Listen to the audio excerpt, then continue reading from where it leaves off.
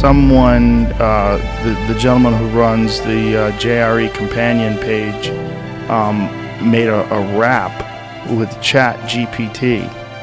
Like, was it if Kanye West wrote a rap for ChatGPT? They put it on Instagram. It's like, it seems like a person saying it. His thing took like 48 minutes to do. One of the great triumphs of it is that coders are now asking it to solve coding problems, and it will actually write code that's functional. It's pretty amazing. And it also, there's an implementation of it that if you feed it up to 3 tweets, it will write a New York Times story in one of 5 genres, optimistic, pessimistic, neutral. And, you don't really need the New York Times anymore because it's pretty good at this job. It's going to get better, right? We're dealing with ChatGPT 3. There's going to be a ChatGPT 4, which is going to be that much better because it will be built with the improvements that have been gained through turning this one loose on the world.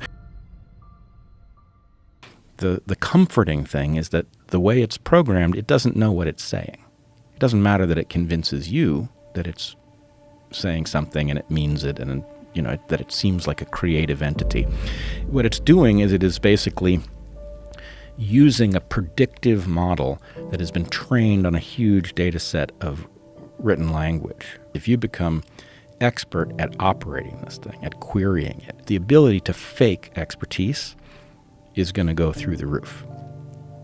I don't think we know how we're going to police a world in which, this problem's already bad enough. I think some of the artificial intelligence existential risk folks would tell you that one of the dangers is that the chat AI could convince you to do its bidding, right?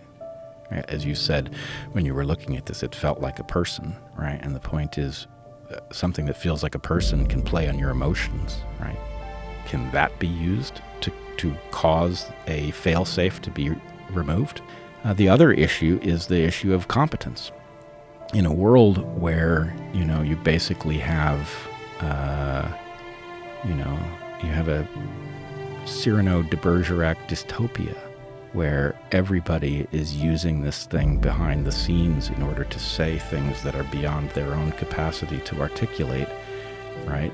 Then the world becomes some new kind of hall of mirrors. We've had a hard enough time dealing with algorithms on search and feed.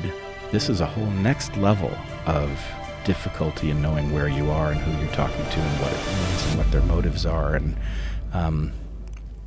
I think we ought to be on high alert.